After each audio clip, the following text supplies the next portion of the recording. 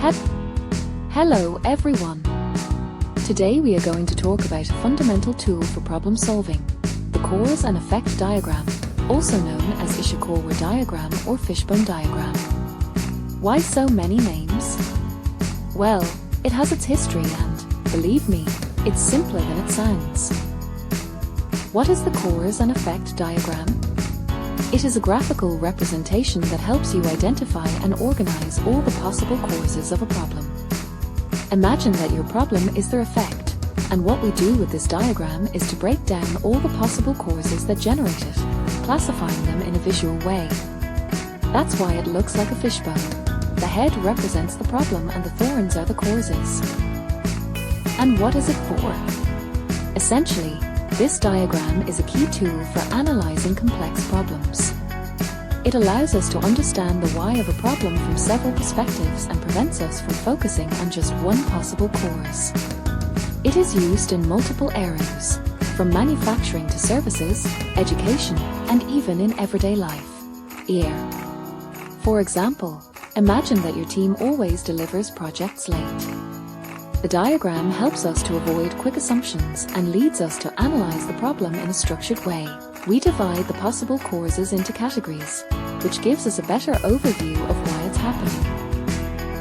Now, let's talk a little bit about the history of this diagram.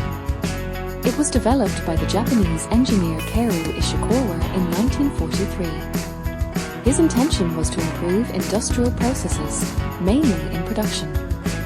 This diagram allowed work teams to quickly identify the causes of product defects. And it didn't just work in Japan, its use spread all over the world. But don't worry, you don't have to work in a factory to use it. The cause and effect diagram is applicable in virtually any context where you want to solve a problem in a structured way. Let's see how to use it. The steps are very simple. 1. Define the problem. We write the main problem in the fish's head. For example, projects delivered late. 2. Identify the main categories of causes. The main spines coming out of the fish's backbone represent the key areas where the problem may be. These are usually people. Is there a lack of communication or is someone overworked? Methods. Is the work process unclear? Equipment. Is the software or tools inefficient? Environment. Are external factors, such as outages, having an impact? 3. Fill in the thorns with specific possible causes within each category. Created using Powtoon.